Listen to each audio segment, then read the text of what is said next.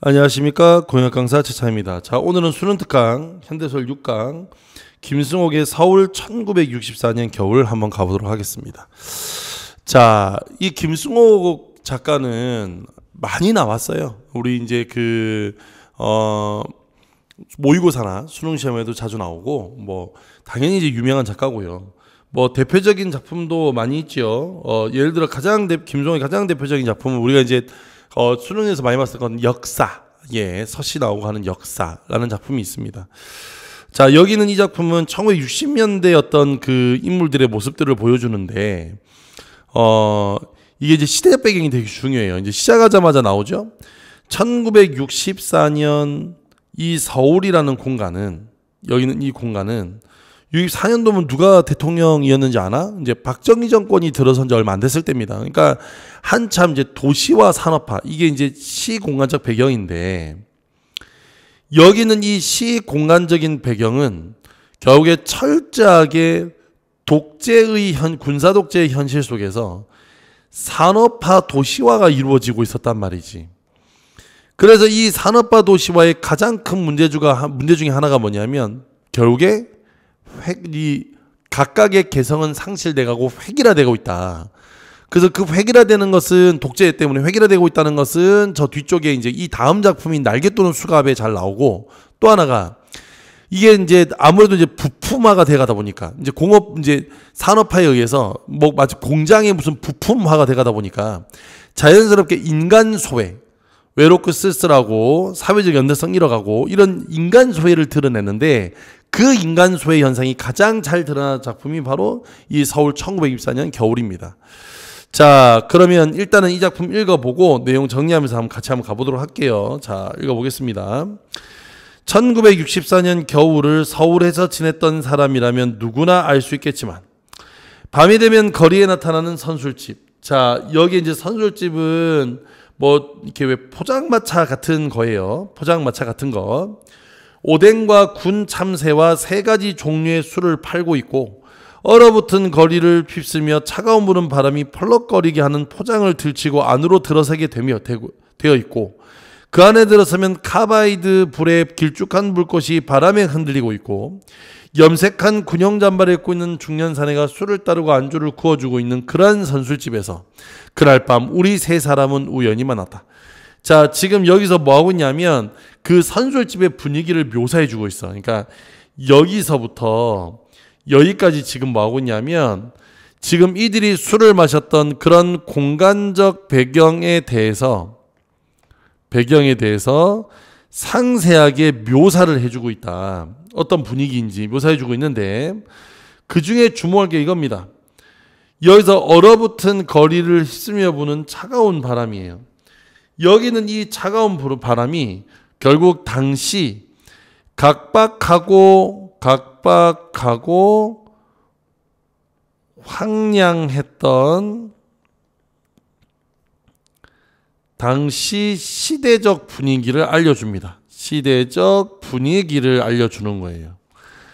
자, 그러면서 그 뒤에 그날 밤 우리 3사람은 우연히 만났습니다. 우연히 만났어요.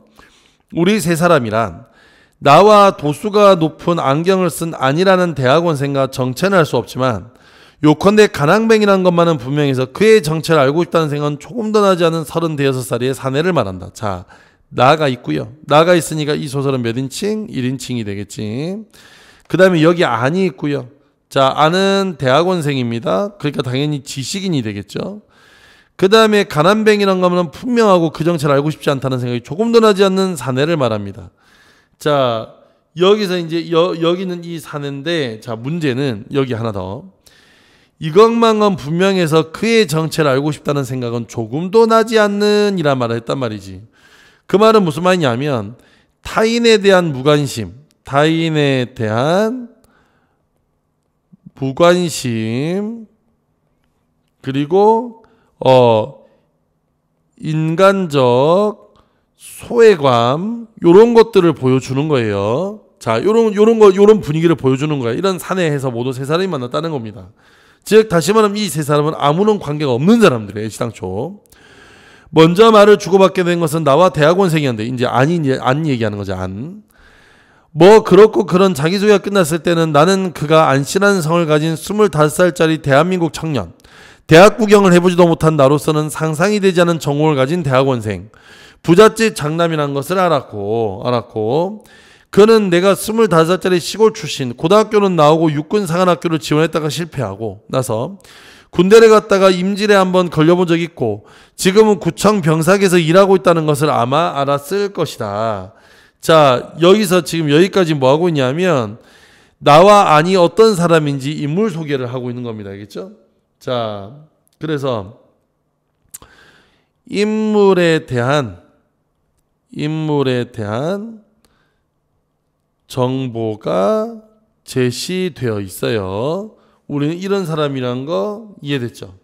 근데 여기서 중요한 게 뭐냐면 이렇게 정보가 제시됐음에도 불구하고 한 번도 본명이 언급되질 않았어. 그 말은 뭐냐면 당시 시대상의 익명성을 강조하는 겁니다. 익명성을 강조하는 거야.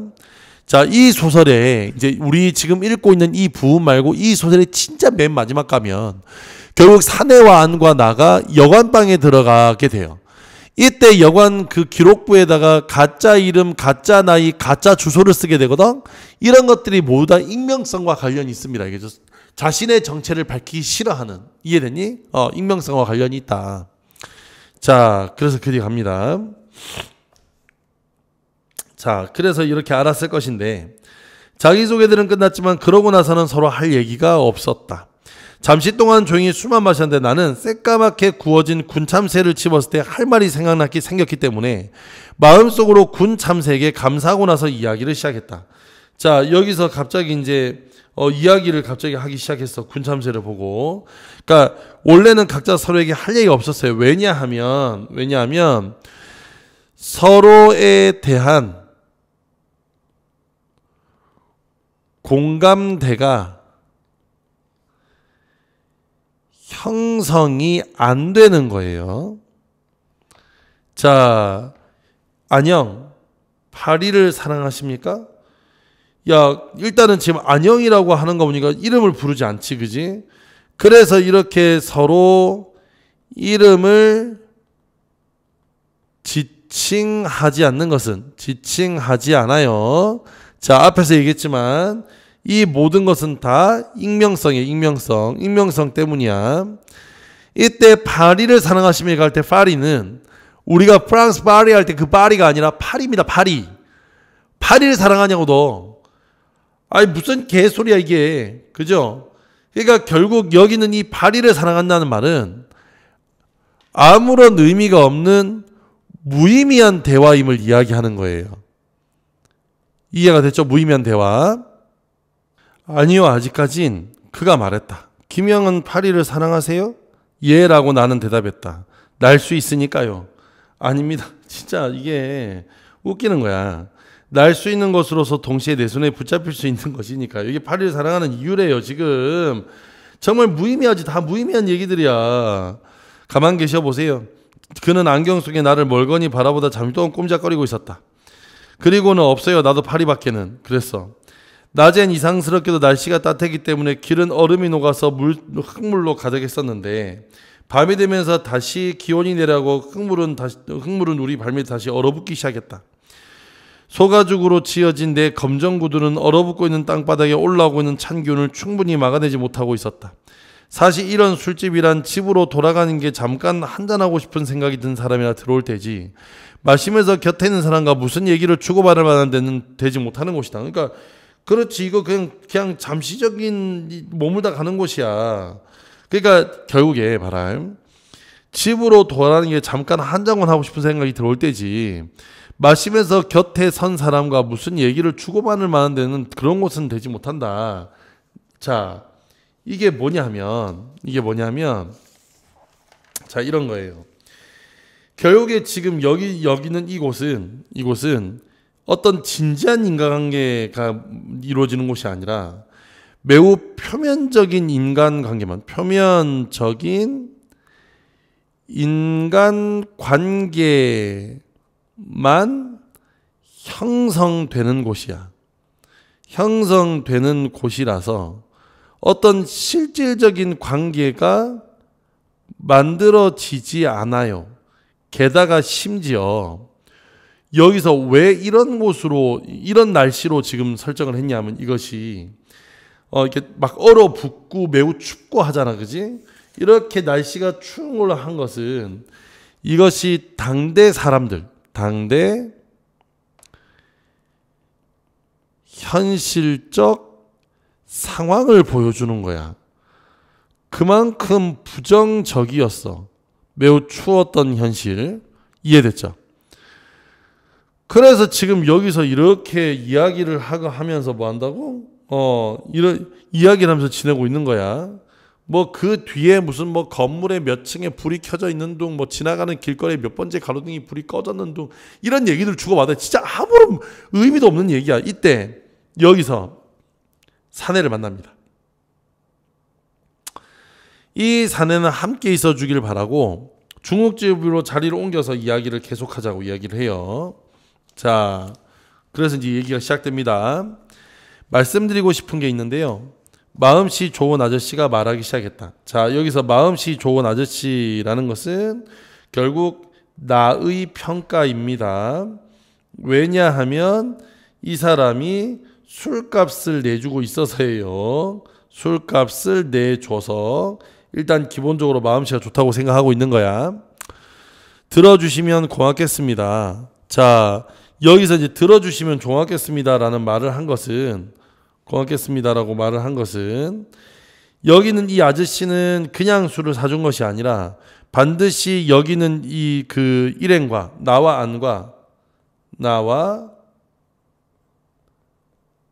안과 소통하고 싶어 한다는 거야. 우리는 그런 관계 맺고 있지 않은데 오늘 낮에 제 아내가 죽었습니다. 자, 오늘 낮에 아내가 죽었대. 됐죠? 세브란스 병원에 입원하고 있었는데 그는 이젠 슬프지도 않는 얼굴로 우리를 빤히 쳐다보며 말하고 있었다. 그러니까 여기서 이렇게 슬프지도 않은 얼굴을 하고 있는 것은 실제로 슬프지 않은 것이 아니라 아내의 죽음을 실감하지 못해서, 아내의 죽음을 실감하지 못해요. 실감하지 못한 거야. 네, 그거 안 되셨군요. 나와 안과 나는 각각 조의를 표했다. 자, 여기서 조의를 표했다는 거야. 이건 결국 형식적인 인사예요. 형식적인 인사. 아내와 나는 참 재미있게 살았습니다. 아내가 어린애를 낳지 못하기 때문에 시간은 몽땅 우리 두 사람의 것이었습니다. 돈은 넉넉하지 못했습니다만 그래도 돈이 생기면 우리는 어디든 같이 다니며 재미있게 지냈습니다. 제철에는 딸기철에는 수원에도 가고 포도철에는 안양에도 가고 여름이면 대천에도 가고 가을에는 경주에도 가고 밤엔 함께 영화 구경, 쇼 구경 열심히 극장 다녀 보기도 했습니다. 그러니까 그만큼 아내와 뭐 한다고 아주 즐겁게 잘 지냈다는 거야. 그러니까 지금 이건 아내와의 추억이죠. 그죠? 아내와의 추억. 자, 아내와의 추억이 되는 거고.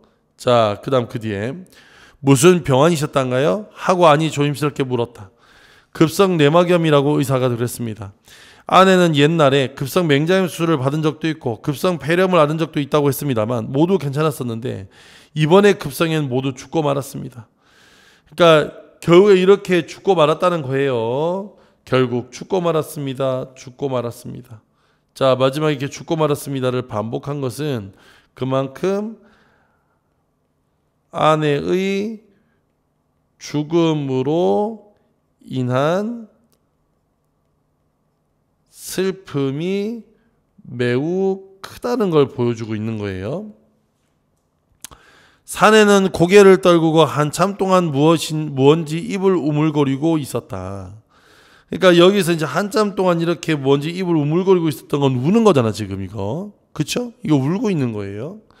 그러니까 이제 울고 있다는 것은 그만큼 여기 어떤 절망감, 슬픔 이런 게 절망감, 슬픔, 비애 이런 게 극대화되고 있는 거야. 아니 손가락으로 내 무릎을 찌르며 우리는 꺼지는 게 어떻겠냐고 눈짓을 보냈습니다. 그러니까 여기서 아니 이렇게 했어요. 그래서 여기에서 나도 역시 동감했어요. 그러니까 이 말은 뭐냐면 결국에 지금 사내와의 소통을 회피하려고 하고 있는 거야. 사내와의 소통을 회피하려 하는 것은 그 사람을 위로하고 연민해주고 동정해주고 것이 아니라 그만큼 여기서 개인주의적 성향이 강조되는 겁니다. 그러니까 지금 부인이 죽어서 슬프다는데 집에 갈 생각만 하고 있는 거야. 여기서 이해가 됐죠? 하지만 사내가 다시 고개를 들고 말을 계속했기 때문에 우리는 눌러앉아 있을 수밖에 없었다. 아내와는 재작년에 결혼했습니다. 우연히 알게 됐습니다. 친정이 대구 근처에 있다는 얘기만 했지 한 번도 친정과는 내왕이 없었습니다. 난 처갓집이 어딘지도 모릅니다. 그래서 할 수 없었어요. 하고 다시 고개를 떨구고 입을 우물거렸다. 뭘 할 수 없었다는 건 말입니까? 내가 물었어요. 도대체 뭘 할 수 없다는 거지? 그는 내 말을 못 들은 것 같다. 자, 자기 말 못 들었던 것 같대. 그러나 한참 뒤에 다시 고개를 들고 다시 애원하는 듯한 눈빛으로 말을 이었다. 그럼 여기서 마치 애원하는 듯한 눈빛이라는 것은 결국 자신을 위로해 주길 바라는 겁니다. 아내의 시체를 병원에 팔았습니다. 할 수 없었습니다. 난 서적 월부 판매 외교원에 지나지 않습니다. 할 수 없었습니다. 돈 4,000원을 주더군요. 난 두 분을 만나 얼마 전까지 세브란스 병원 울타리에 서 있었습니다. 아내가 누워있을 시체실이 있는 건물을 알아보려 했습니다만 어딘지 알 수 없었습니다. 그냥 울타리 곁에 앉아서 병원의 큰 굴뚝에서 나오는 희끄무리한 연기만 바라보고 있었습니다. 아내는 어떻게 될까요? 학생들의 해부 시스판으로 톱이 머리를 가르고 칼로 배를 찢고 한다는데 정말 그러겠지요? 자, 지금 여기서 뭐 하고 있었냐면 지금 만나기 직전의 상황. 이제 여기서 만남 직전의 상황을 설명하고 있습니다. 상황을 설명하고 있었어. 이해가 됐죠? 자, 그래서 이렇게 받았다는 거고 시체를 팔았대. 그러면 결국 아내의 시체를 판 것은 그만큼 이것이 비정한 현실을 강조해 주는 겁니다. 가난하니까 팔 수밖에 없는 거예요. 그래서 이런 걸 강조해 주는 거고요. 그 다음에 또 하나가 여기서 할 수 없었습니다라는 것은 결국 자신의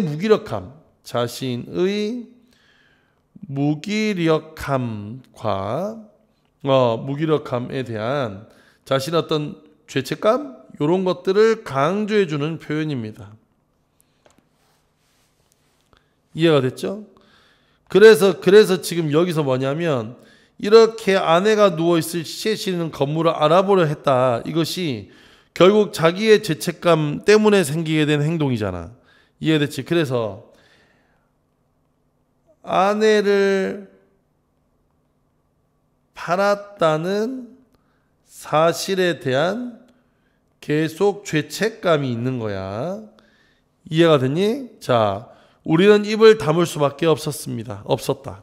사환이 단무지와 파가 담긴 접시를 갖다 놓고 나갔다. 기분 나쁜 이야기를 해서 미안합니다. 다만 누구에게도 이야기하지 않고서는 견딜 수 없었습니다. 그러니까 결국에 지금 여기 있는 이 사람은 뭐 하고 싶었냐면 자신의 행동에 대해서 이야기를 나누면서 다른 사람과 소통하고 교감하고 싶어 했어. 이야기를 할 사람이 필요했던 거야. 한 가지만 의논하고 싶은데 이 돈을 어떻게 하면 좋을까요? 저는 오늘 저녁에 저는 오늘 저녁에 다 써버리고 싶은 마음이래. 이건 왜 그러냐면 결국 아내를 팔았다는 그 죄책감 있죠, 그죠? 그 죄책감에서 벗어나려는 행동이야.